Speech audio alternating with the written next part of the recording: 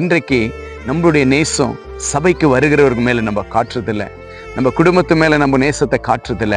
ஆனா ஆண்டவர் சொல்றாருங்க பாருங்க, அவருடைய நேசம் திராட்சை ரசத்தை பார்க்கிலும் இன்பமானது என்று சொல்லுகிற அந்த நேசத்தை நமக்காக ஆண்டவர் கொடுத்தார். நீங்களும் பிரியமான தேவச்சனமே, அன்பு கொடுங்க, அன்போடு நேசிங்க, உங்களுடைய குடும்பத்தை நேசிங்க, உங்களுடைய உடன்பிறப்புகளை நேசிங்க, உங்களுடைய சபை மக்களை நேசிங்க, உங்களை சுத்தி இருக்கிறவங்களை நீங்க நேசிங்க. உங்க மேல அன்பு காட்டுற மேல நீங்களும் அன்பு கொடுங்க.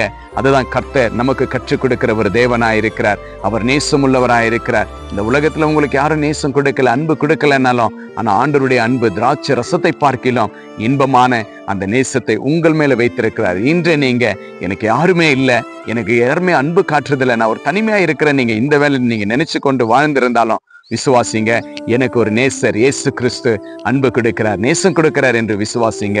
இயேசு உங்களை நேசித்து வழிநடத்த வல்ல